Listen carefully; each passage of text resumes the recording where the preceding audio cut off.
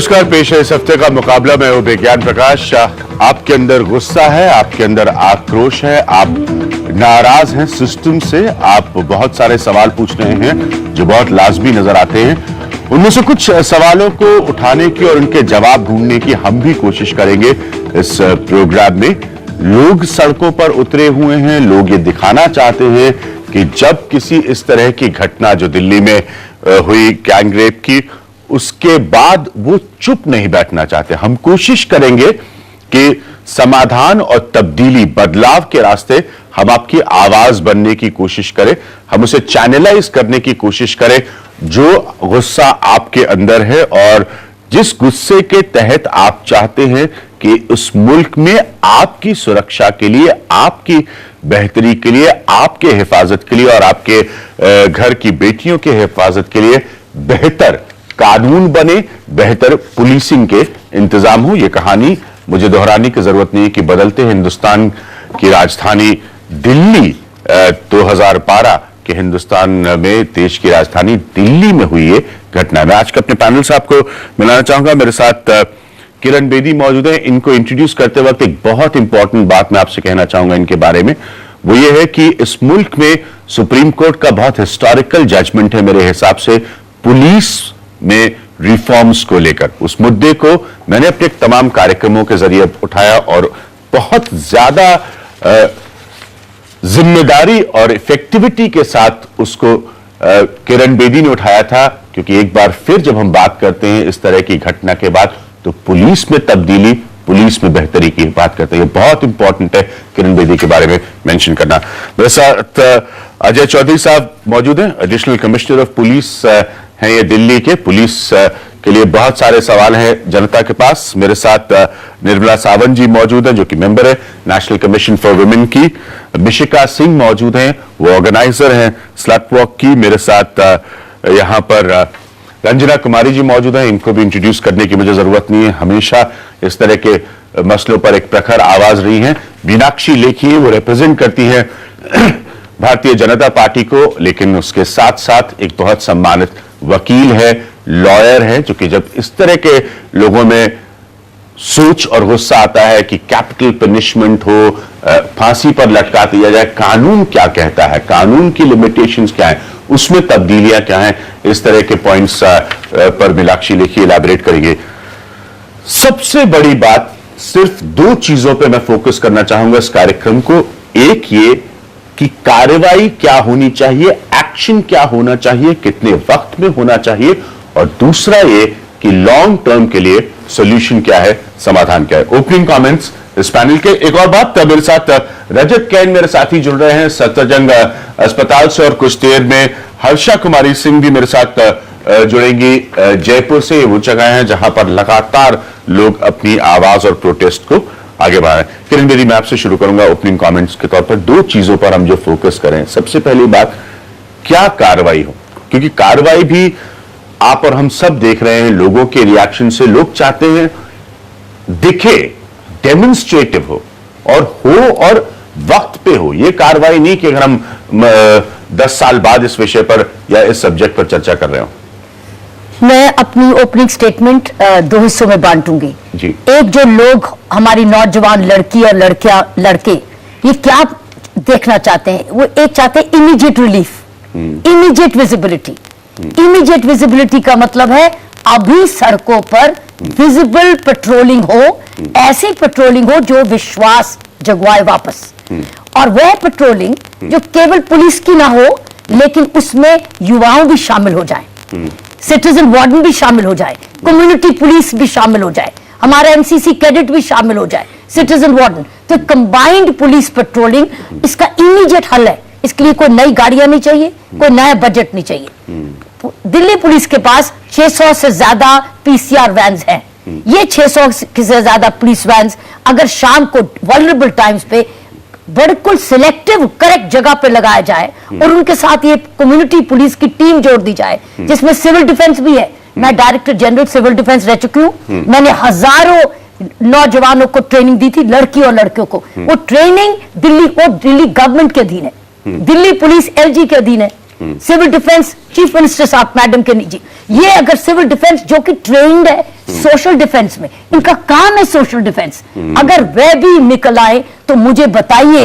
और फिर इनका काम क्या है, करेक्ट जगह पर रैंडम चेकिंग करने लग जाए स्पीडिंग व्हीकल के लिए, और अगर गाड़ी को परस्यू करना है तो पीसीआर वैन है, वायरलेस भी है, तो इसका मतलब है एक दूसरे पर हम विश्वास वापस जगवाएं जब हम जॉइंट पेट्रोलिंग करें। अजय, पुलिस को स्वाभाविक है इस तरह की घटना के बाद उसकी आलोचना होना, उसके खिलाफ लोगों का गुस्सा, लेकिन चूंकि इस पुलिस में तब्दीली नहीं हो रही है तो इस गुस्से के हकदार आप ही होंगे।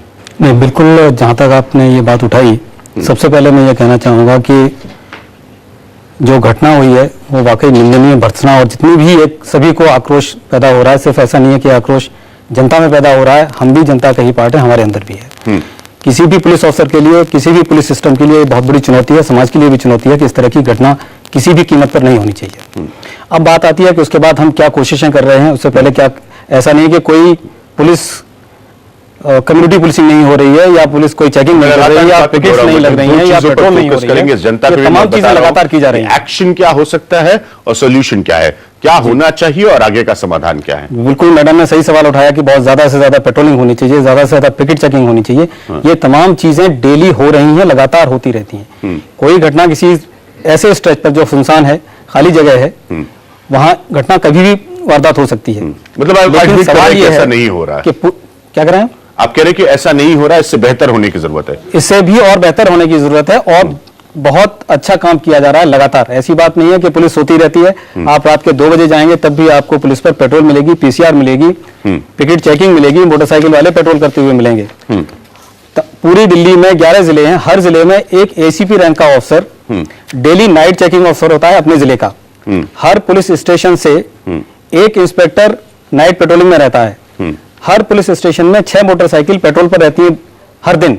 अजय जी, मैं माफी चाहूंगा, ये पुलिस के विज्ञापन का कार्यक्रम नहीं है। आप नहीं, विज्ञापन नहीं है, ये बिल में पूरे कन्विक्शन के साथ कह रहा हूँ, ये विज्ञापन नहीं है। हाँ। और ये मुकाबला भी नहीं है। हाँ। कार्यक्रम का नाम मुकाबला हो सकता है। हाँ, मैं हम भी जनता के साथ खड़े हुए हैं, हम पब्लिक के साथ खड़े हैं, हम पब्लिक से मुकाबला नहीं कर रहे हैं जी। पब्लिक हमारे साथ खड़ी है, हम पब्लिक के साथ 24 घंटे खड़े हुए हैं, ये कोई विज्ञापन नहीं है। ठीक है निर्मला जी, जब आपके पास लोग आते हैं और महिलाएं अपनी प्रॉब्लम्स लेकर आती हैं आप लोगों के पास कंप्लेंट के तौर पर, सबसे बड़ी बात आपको क्या नजर आती है? क्योंकि आप लोग जिन समस्याओं से जब डील करते हैं तो आपको समाज के बिहेवियर का भी पैटर्न आपके सामने खुलकर आता है। सबसे थोड़ा सा मैं ये, क्योंकि आपका जो प्रोग्राम है आज का, उसमें 2 मिनट में बोलना चाहती थी, 2 पॉइंट जो मुझे रखने हैं, उसके बाद मैं आपके जो सवाल का जवाब दे दूंगी। एक तो आपने बहुत अच्छा प्रोग्राम रखा है कि सब ये इट योर फोकस्ड इट, कि कार्रवाई क्या होगी और लॉन्ग समाधान क्या है, समाधान क्या होगा। आज जितने भी हम मीडिया चैनल्स देख रहे हैं, लोगों में जो पूरे भारतवर्ष में जो आक्रोश है, पूरे भारतवर्ष में नहीं विदेशों में भी आक्रोश है इस केस को लेके, तो सब लोगों की जो डिमांड है, जो विमेंस कमीशन की है, हमारी सभी की डिमांड है कि इमीडिएटली वो जो ट्रायल आज पुलिस ने भी एक, मुझे दूसरे दिन ही कमिश्नर साहब ने रिटन एश्योरेंस दिया था कि fast track court and within limited period trial करके we will see that no कोई भी एफर्ट कमी नहीं रहेगा, इतना हम लोग कन्विक्शन करेंगे। तो सबसे बड़ी है कि इमीडिएटली इंक्वायरी खत्म हो, डिटरेंट पनिशमेंट हो, it should be tried in a fast track court. आपके हिसाब से क्या सबसे बड़ी तब्दीली की जरूरत है? हम सोल्यूशन की अगर बात करें, हम तब से डिस्कस कर रहे हैं कि पुलिस फोर्स बढ़ा देनी चाहिए, जैसा किरण मामर सर ने कहा कि पुलिस की पेट्रोलिंग ज्यादा स्ट्रिक्ट करनी चाहिए। मैं कॉलेज जाती हूँ रोज और मैं काफी बार 8 बजे तक ही आती हूँ। मेरे मतलब मुझे ऐसा लगता है कि हम लोग की एज के जितने लोग हैं उन्हें पुलिस प्रोटेक्शन के ज्यादा हमें डर लगता है। अगर मैं रात में 9 बजे कहीं बाहर जा रही हूँ लेट और मुझे ऑटो लेना है और अगर पीसीआर वैन है तो मुझे झिझक होगी एक बार अप्रोच करने में, क्योंकि वो जो एक फेथ होता है पुलिस अथॉरिटीज में, जो एक कॉन्फिडेंस होता है, वो नहीं है। दिक्कत ये है कि एक इतनी बड़ी चीज हो गई तब जाके ये सब हो रहा है। तो अगर हम छोटे लेवल पे कर्व करना शुरू करें, एक इतने बड़े इंसिडेंट को लेकर सबको डेथ पेनल्टी मांग रहे हैं, क्या बाकी रेप जस्टिफाइड है? क्या उसमें डेथ पेनल्टी नहीं होगी? रंजना जी, दोनों एक्शन और सॉल्यूशन दोनों के हिसाब से विज्ञान असल में तो इतनी बाहर गुस्सा और गर्मी है कि जब जहां से मैं आ रही हूँ तो बड़ी बहुत ज्यादा शांति और सन्नाटा यहाँ अंदर लग रहा है। हाँ, तो लेकिन जितनी विभत्स घटना हुई है वो शायद हो नहीं सकती थी जब तक कि पुलिस सचेत होती और कानून अपना काम कर रहा होता। और मुझे लगता है कि पॉलिटिकली करेक्ट लैंग्वेज तो सब बोल रहे हैं, आज सब लोग सुझाव दे रहे हैं कि क्या होना चाहिए, और इतना मोटा एक सुझाव का जो पूरा ये है, हम लोगों ने भी बड़े ध्यान से सोच समझ करके जाके चीफ मिनिस्टर को व्यक्तिगत रूप से मिलके दिया है। जो पुलिस कमिश्नर है उनसे तो हम लोग की बात भी हुई थी इसके पहले जब वो बने थे। और तो ये नहीं कि क्या किसको नहीं पता है कि क्या होना चाहिए।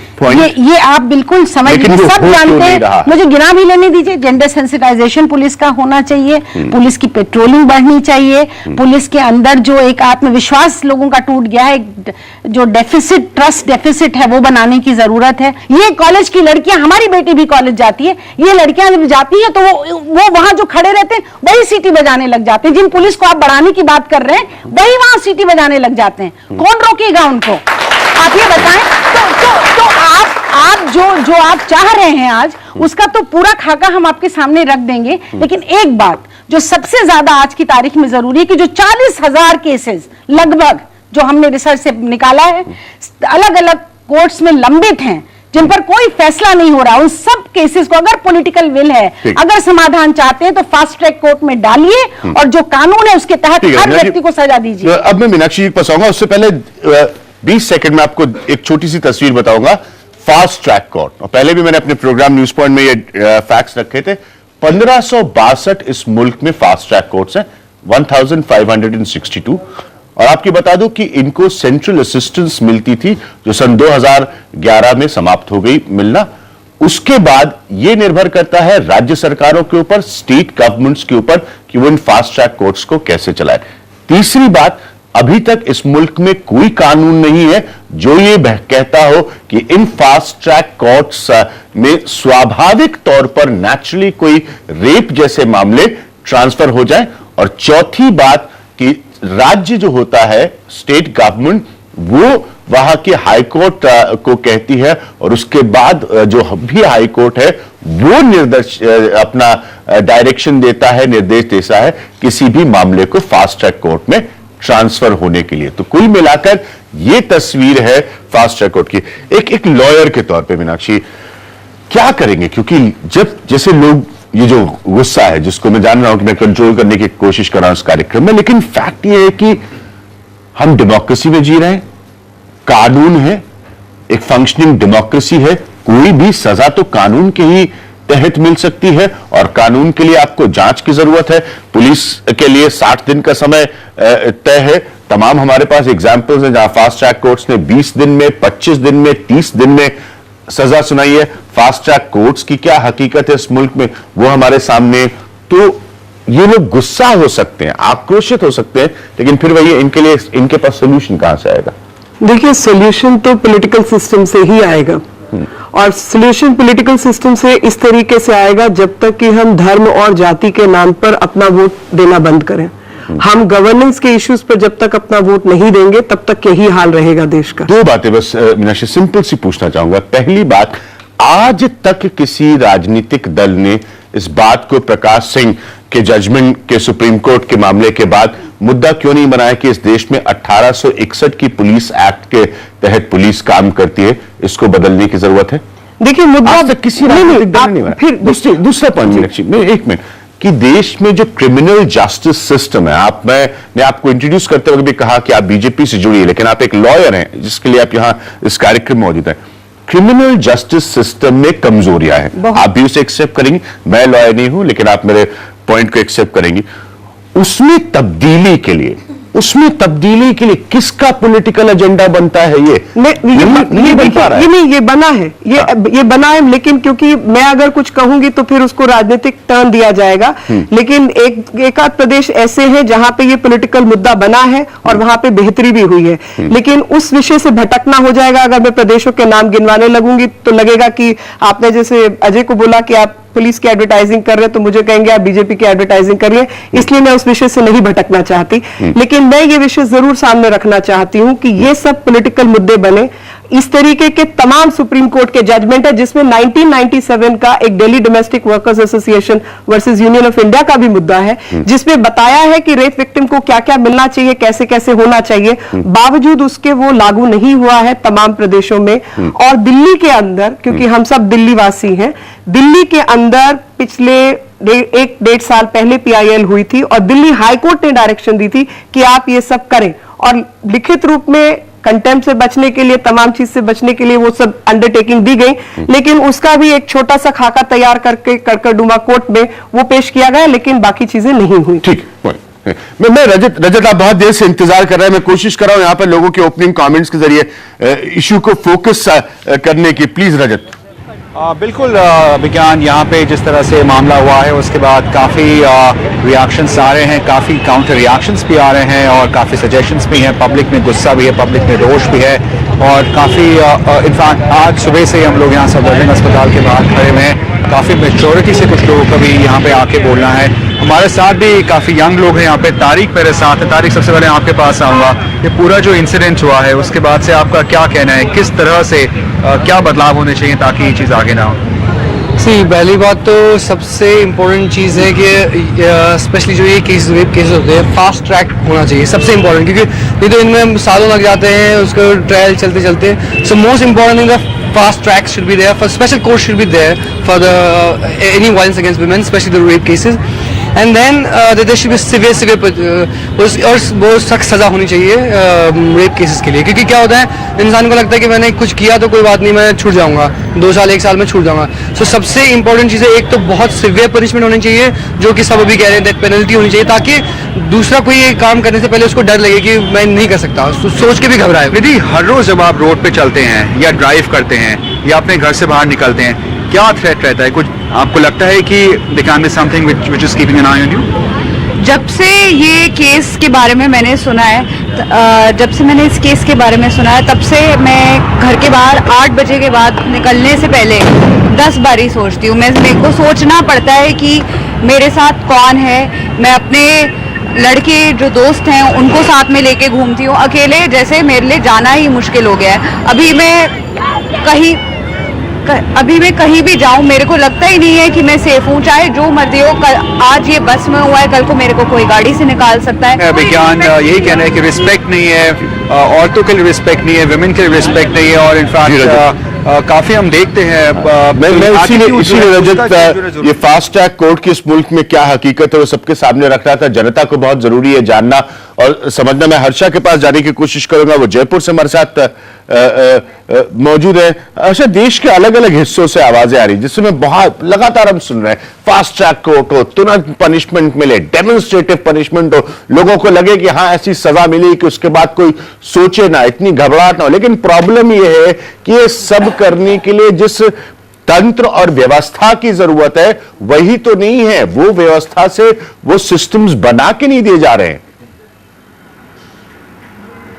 जी बिल्कुल, जो फास्ट ट्रैक का मुद्दा है, राजस्थान में जरूर राजस्थान ने पहल करी है फास्ट ट्रैक के लिए, लेकिन फास्ट ट्रैक का क्या हाल हुआ है। मेरे साथ है कविता श्रीवास्तव, जो इस केस में बहुत उन्होंने काम किया है। कविता, जो फास्ट ट्रैक कोर्ट्स है, राजस्थान में एक पहल हुई थी फास्ट ट्रैक कोर्ट्स की, उसकी क्या स्थिति है? देखिए, यहाँ फास्ट ट्रैक कोर्ट का मतलब नहीं कि बहुत जल्दी निपट जाएगा। 1-2 मामलों में जरूर, जहाँ फॉरेनर टूरिस्ट इन्वॉल्व थे और एक छोटी बच्ची का मामला, उसमें 30 दिन के अंदर अंदर मामले निपट गए, but these are really rare exceptions. ये बात जरूर है that the judiciary can do it, लेकिन अधिकांश फास्ट ट्रैक कोर्ट्स में 2 साल 3 साल, यहाँ तक कि जेसी बोस कांड में 15 साल तक लगा है। तो मुझे नहीं लगता fast track court is any solution.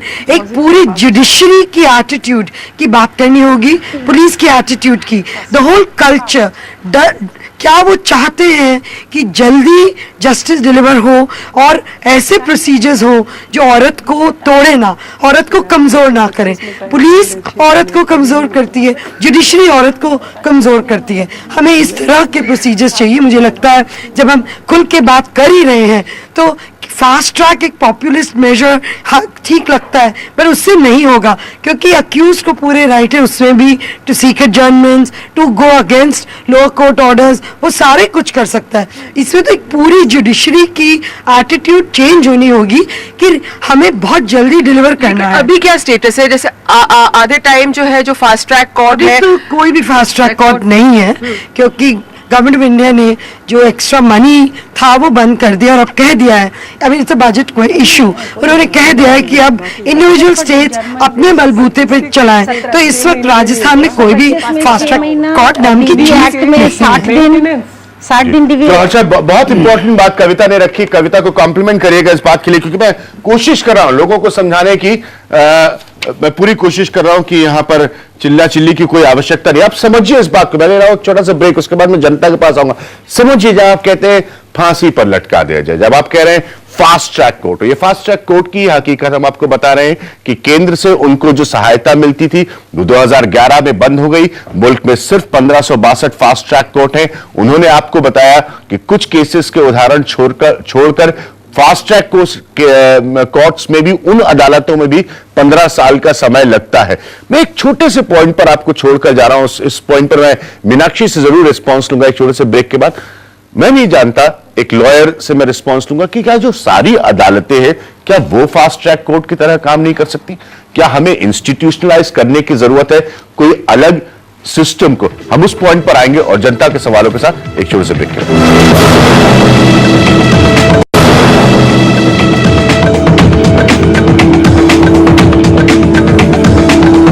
मैं आप सब लोगों के सामने इसीलिए इस सच्चाई को रखना चाह रहा था कि आप समझने की कोशिश कीजिए कि इस सब तरफ से आवाजें उठ रही हैं, नौजवान ये सवाल पूछ रहे हैं कि साहब इस मुल्क में क्रिमिनल जस्टिस सिस्टम जो है उसमें कोई फास्ट ट्रैक कोर्ट होती है क्या? उससे बहुत तेजी से जस्टिस डिलीवर हो जाता है?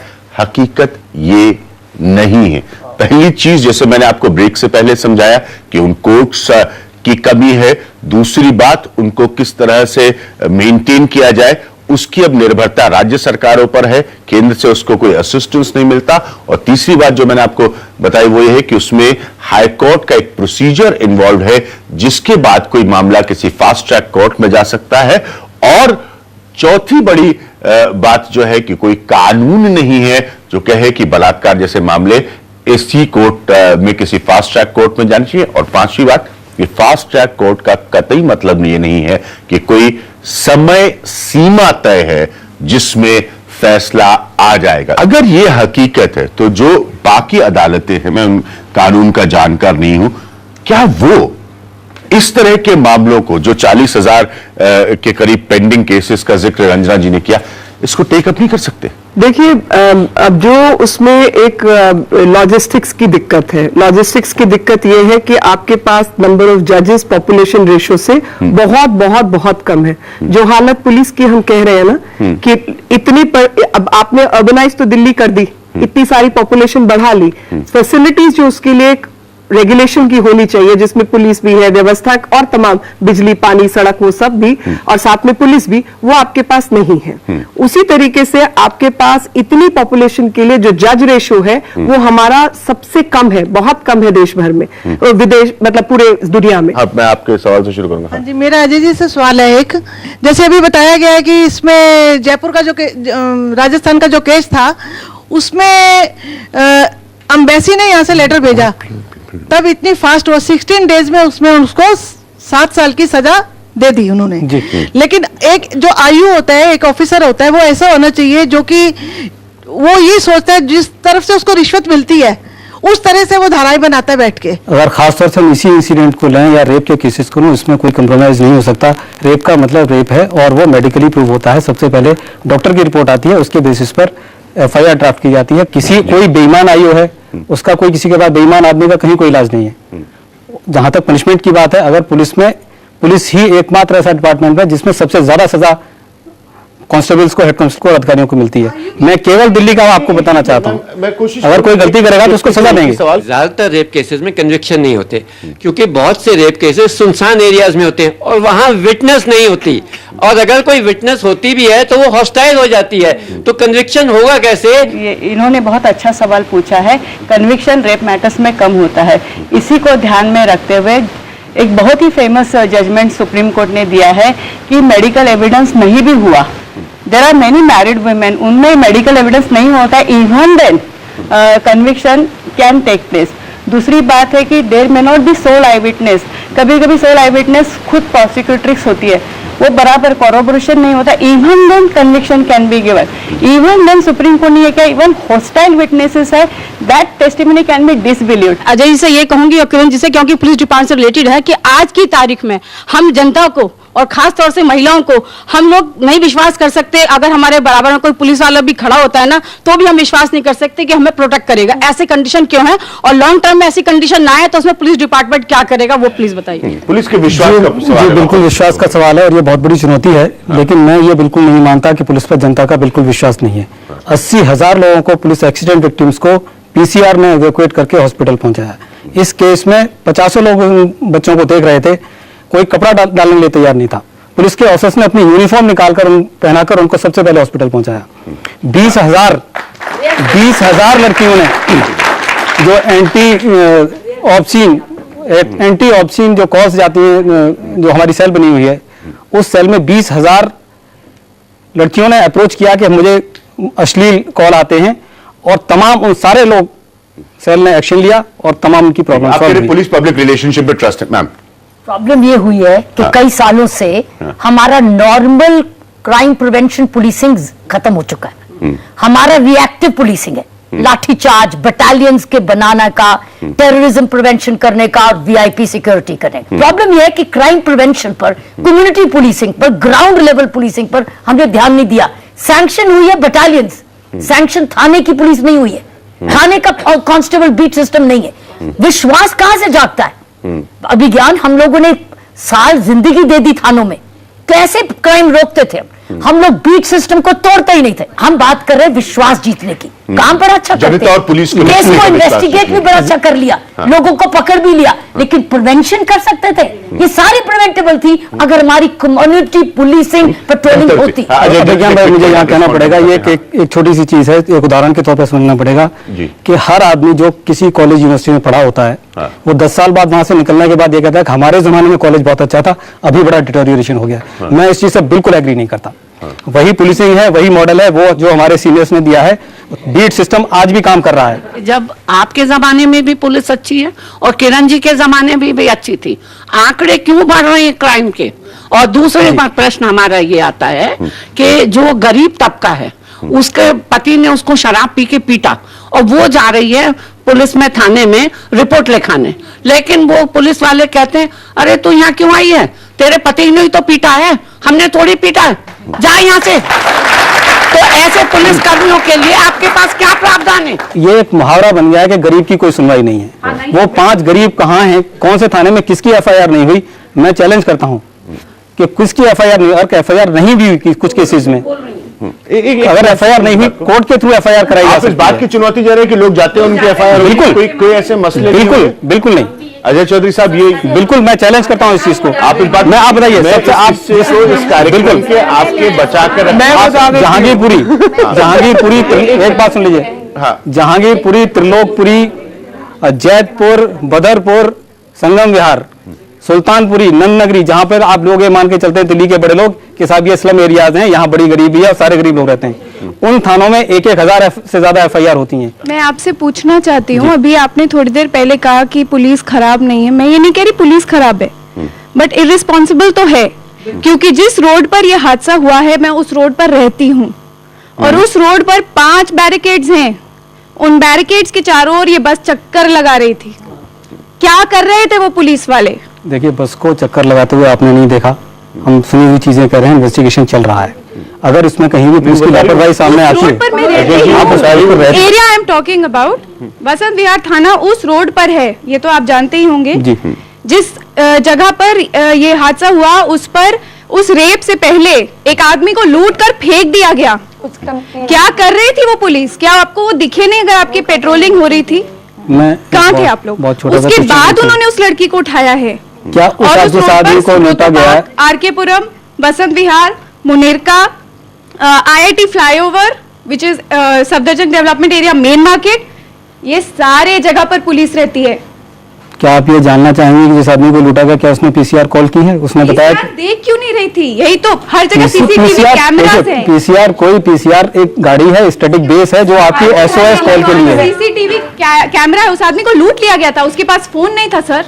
आपने जैसे कहा कि पुलिस सक्षम रही है अपने कार्यों को करने में, अगर सक्षम होती तो इतना बड़ा दुर्घटना जो हुआ है वो नहीं होता। जी बिल्कुल। आप किस बेसिस पे कह सकते हैं कि सक्षम रही है? सक्षम इस आधार पर कह सकता हूं मैं, एक इंसिडेंट के ऊपर आप मत जाइए। एक इंसिडेंट इतना आक्रोश दिला देता है। जो आप बात कर रहे हैं कि दिल्ली में 568 रेप केसेस हुए, उसमें से 98% केसेस में रेप के 98% की, मेरी बात सुन लीजिए, 98% केसेस में पुलिस ने ही एक्यूज को पकड़ा है, 98%।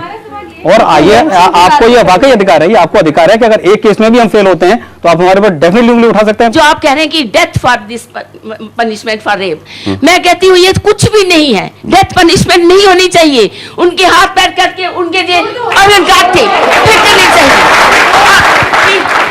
आप देख सकते हैं, समझ सकते हैं लोगों का गुस्सा, लोगों का आक्रोश। इसीलिए मैंने इस प्रोग्राम के शुरुआत में इसको बांधने की कोशिश की और इसीलिए मैंने ये बातें तथ्यों के आधार पर, फैक्ट्स के आधार पर आपके सामने रखने की कोशिश की कि क्या एक्चुअली हो सकता है। क्योंकि हम एक प्रजातंत्र है, हम एक फंक्शनिंग डेमोक्रेसी है, यहां पर कानून है, लोग देखते हैं उसको फेल होते हुए, उसको विफल होते हुए, तो उनके अंदर यह गुस्सा और आक्रोश पैदा होता है।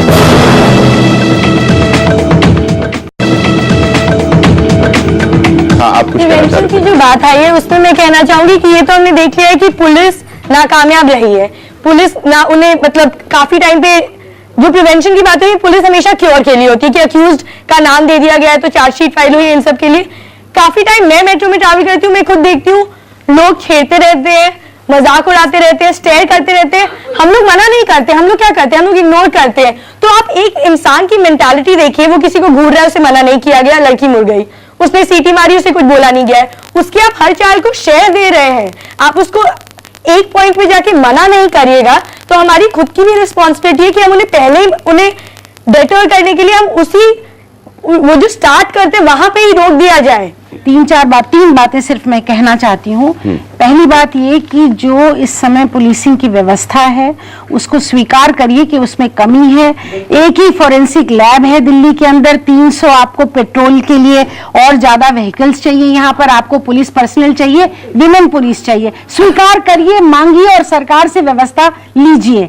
जितने भी सेक्सुअल ऑफेंडर्स हैं इनका एक पब्लिक, पूर्व मैं बिल्कुल सोच समझ के कह रही हूँ कि पब्लिक इनको, इनकी फोटो, इनका नाम, इनके बारे में एक जो है सेक्सुअल ऑफेंडर्स रजिस्टर बनना चाहिए, उसको आप पब्लिक करिए। और ना इनको कोई घर किराए पर देगा, ना इनको कोई नौकरी मिलेगी, ना इनको कोई, पूरे समाज से इनको बहिष्कृत करिए। जब तक आप बहिष्कृत रंजना जी, मैं आप सोल्यूशन की बात कर रहे हैं, आप सोल्यूशन रंजना जी, मैं आपको दो बातें बताना चाहूंगा। एक मिनट मैं आपको, चूंकि आपने समाज का पॉइंट रखा है, मैं आपको 2 पॉइंट्स यहां पर बताना चाहूंगा।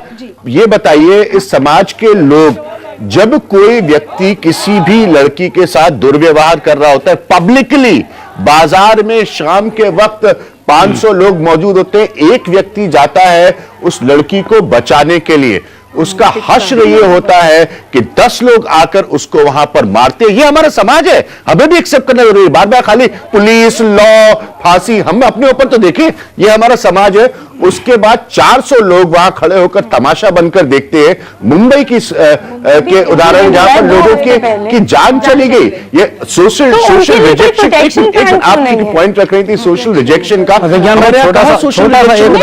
लोग अपराध करके आते हैं, उनको लोगों की फोटो छापते हैं ना, आप सारे रेपिस्ट की फोटो आप अखबार में पब्लिक, लेकिन पॉइंट सेक्सुअल ऑफेंडर्स रजिस्टर बनाइए आप। रंजना जी, लेकिन पॉइंट ये कि हमारा समाज रिजेक्ट नहीं चाह रहे तो उसके लिए भी तो कोई प्रोटेक्शन होना चाहिए। यही गुड प्रैक्टिसेस हम लोग हमेशा प्रैक्टिस करते थे। सेक्सुअल ऑफेंडर्स की ऐसे लिस्ट बनती थी, उनके घरों को विजिट किया जाता था, पड़ोस को भी पता होता था ये व्यक्ति कौन है। ये पुराने जमाने की बात है, माफ करना, लेकिन प्रॉब्लम ये है जिसकी आज भी जरूरत है, आज भी जरूरत है। के अंदर गृह मंत्री ने बोला कि काले शीशे और पर्दे वगैरह हटा देनी चाहिए। यहाँ से आज से आई थिंक 1-2 साल पहले एक सुप्रीम कोर्ट का ऑर्डर आया था कि काले शीशे गाड़ियों पे नहीं होंगे। क्या पुलिस उसके ऊपर काम कर रही है? जी, पुलिस उसके लिए ये एक पॉइंट है आपका कि ये बहुत बड़े ऑफिस पे बैठते हैं, लेकिन इनको लोकल थाने के बारे में शायद बिल्कुल भी मालूम नहीं है। कई बार क्या होता है कि कॉलोनी से कोई भी छेड़छाड़ की घटना करके अगर थाने में जाता है तो वहां पर जो इनका आईओ होता है वो लड़की को कहता है कि आपको बार बार कोर्ट का चक्कर लगाने पड़ेंगे, आप मान जाओ, क्योंकि उसकी तरफ से पैसे की ऑफर आ जाती है। अगर हम छोटे लेवल पेपर पे उनका कॉम्प्रोमाइज करा दिया जाता है जी पूछिए। अजय जी से मेरा सवाल है कि एक्चुअली मैं वहीं वसंत कोई से ही हूँ, और ये जो घटना हुई है, ये बस जो थी ये बसंत बिहार थाने के सामने से गई है, और आज भी आप देख सकते हैं वहाँ पता नहीं देखने वाले कोई भी नहीं है। आज भी आप वहाँ देख सकते हैं कि इस तरह की इंसिडेंट होती रहती है आज भी। कल मैं एक्चुअली वहीं था, मैं खुद अपनी चौकी खाली रहती। एक लास्ट पॉइंट बस, नहीं बिल्कुल वक्त नहीं मेरे पास, आई एम सॉरी सर। अच्छा, मेरा ये सवाल सर पैनलिस्ट से ये है कि इस इंसिडेंट ने पूरे दिल्ली, हर महिला, हर फैमिली को टेरराइज कर दिया है। हर औरत, हर उसकी लड़की आज अनसेफ है, रोड पे चल नहीं सकती। Every woman identifies herself with victim. जब ये टेरराइज पूरी सोसाइटी हो गई है, क्या हम ऐसा टेरर क्रिएट नहीं कर सकते कि जो ऐसे परपेट्रेटर्स हैं इनको टेरराइज कर दिया जाए and they should be dealt in the same fashion? कि जो ऐसे अपराधी हैं उनको कड़ी से कड़ी सजा रखनी चाहिए। तो मैं अपने क्वेश्चन से पहले आपसे क्वेश्चन करना चाहूंगा कि ऐसे अपराधी को कितनी सजा मिलनी चाहिए? आप एक नागरिक हैं सबसे पहले भारत की, तो भारत के नागरिक के अनुसार आपको कितनी सजा मिलनी चाहिए उस अपराधी को? एज ऑन टुडे जो इंडियन पेनल कोड है इसमें गैंग रेप है, it is a gang rape में मोर देन 1 एक्यूज 14 साल तक है, more than 1 accused life minimum, not less than 10 years, not less than 10 years. मेरे ख्याल में उनका सवाल इस बात की तरफ इशारा कर रहा है कि क्या कैपिटल पनिशमेंट होनी चाहिए, क्या फांसी की सजा होनी चाहिए? कैपिटल पनिशमेंट अभी तक what do you think is justified? 1 minute, capital punishment अभी तक उसमें प्रोविजन नहीं आया है। कैपिटल पनिशमेंट की ऑल ओवर कंट्री से डिमांड हो रही है, लेकिन आज का जो कानून है as on today just now उसको लाइफ इम्प्रिजनमेंट है और minimum 10 years, not less than 10 years. मैं माफी चाहूंगा। ना आपके डाटा देने से नहीं, मैं माफी चाहूंगा। I am sorry sir, I have really very little time. मैं आखिरी में इस प्रोग्राम के मैं उसी पॉइंट पर वापस आकर खत्म करूंगा इस कार्यक्रम को जिससे मैंने इसको उठाया था। आप देख रहे हैं लोगों का गुस्सा, लोगों के सवाल, ये सिलसिला खत्म नहीं हो सकता, चाहे वो पुलिस से हो, एस्टैब्लिशमेंट से हो, सिस्टम से हो। हमेशा से इस कार्यक्रम की यूएसपी है 20 सेकंड होगा हर पैनलिस्ट के लिए, एग्जैक्ट पॉइंटेड सॉल्यूशन, समाधान। कानून में चाहे तब्दीली हो, चाहे बाकी लोगों को डील करने की बात हो, पुलिस में बदलाव हो, एग्जैक्ट समाधान। एक छोटे से ब्रेक के बाद वक्त है। आपने लोगों को सुना, लोगों के गुस्से को सुना, मैंने कुछ अपने पॉइंट्स रखे यहां पर। समाधान का हर पैनल के पास 20 सेकंड का समय होगा। एक्चुअल सॉल्यूशन, किरण जी मैं आपसे शुरू करूंगा। दो प्राइमरी प्रिवेंशन चाहिए, हाँ। सामाजिक प्रिवेंशन भी चाहिए। ठीक है। हर माँ बाप अपने लड़के को संभाले, हर टीचर्स अपने लड़कों को संभाले। ये प्राइमरी प्रिवेंशन बहुत जरूरी है, क्योंकि ये समाज की भी प्रिवेंशन, ताकि सारी चीज पुलिस के दर पे ना आए। दूसरी चीज है police community combined security plan, prevention plan होना चाहिए। बेहतर पुलिसिंग जनता के सहयोग से, इसके ऊपर कोई दो राय नहीं हो सकती, और इस पर ज्यादा से ज्यादा कोशिश की जाने की जरूरत है पुलिस की तरफ से भी, क्योंकि लोगों का अगर अविश्वास है पुलिस के ऊपर तो पुलिस को जनता के पास जाना पड़ेगा, और जनता भी हमारे साथ आएगी। देखिए आप आवाजें सुन रहे हैं ना, कार्यक्रम के अंत तक आप आवाजें सुन रहे हैं निर्भया जी। सोशल ऑडिट जब तक नहीं होगा, एक्सटर्नल ऑडिट, हम लोग अपने आप को कहते रहेंगे बड़ी अच्छी पुलिस, बड़ी अच्छी पुलिस, वो नहीं चलेगा। हमको बाहर का ऑडिट रखना चाहिए। जी बहुत कम वक्त है। हाँ, सबसे पहले सिंगल जैसे कोई केसेस में इमीडिएटली एफआईआर अच्छी तरह से होना चाहिए, एविडेंस बहुत स्ट्रांग क्रिएट होना चाहिए जो कोर्ट में स्टैंड हो कन्विक्शन के लिए, और मतलब everything, medical evidence, forensic, everything should stand for the conviction. Conviction should be deterrent, it should be tried in a fast track court, and the inquiry, investigation, everything should be finish in 15-20 days. Prevention जिसका हम काफी discuss कर चुके हैं, उसमें मैं ये कहना चाहूंगी कि पुलिस पे सब नहीं छोड़ सकते हैं। अगर हम कुछ गलत देख रहे हैं तो हमें खुद उसको जाके रोकना चाहिए, और पुलिस या लॉ के माध्यम से कोई ऐसा अमेंडमेंट आना चाहिए जिससे जो लोग हेल्प करना चाहते हैं उनकी प्रोटेक्शन के लिए कुछ किया जाए, ताकि उन्हें बुरा ना लगे, उन्हें डर ना लगे। बहुत इंपॉर्टेंट पॉइंट है मेरे हिसाब से, जो लोग हेल्प करें। रंजना जी, देखिए अभिज्ञान, सबसे पहले तो मैं चाहती हूँ हर कोशिश करके उस बिटिया को बचाया जाए जो इस समय अस्पताल में पड़ी है, उसको बचाया जाए, क्योंकि वो हमारी आइकॉन होगी इस पूरे संघर्ष की।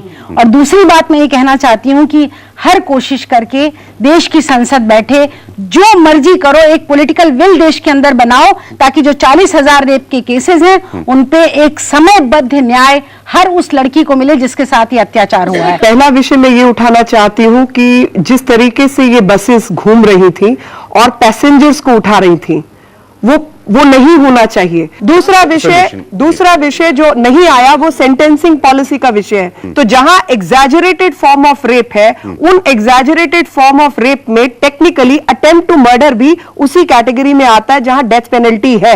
और डेथ पेनल्टी जिन लोगों को मिली उनको प्रतिभा पाटिल ने ऐसे तमाम केसेस को छोड़ा है मर्सी प्ली पर, तो वो नहीं होना चाहिए। ठीक है, आपने सारी बातें सुनी। मैंने सिर्फ यही 2 पॉइंट रखे थे इस कार्यक्रम की शुरुआत में। लोगों के पास सवाल है, गुस्सा है, और ये बहस आज यहां इस कार्यक्रम में खत्म नहीं हो रही है, ये आगे चलेगी, चलनी भी चाहिए।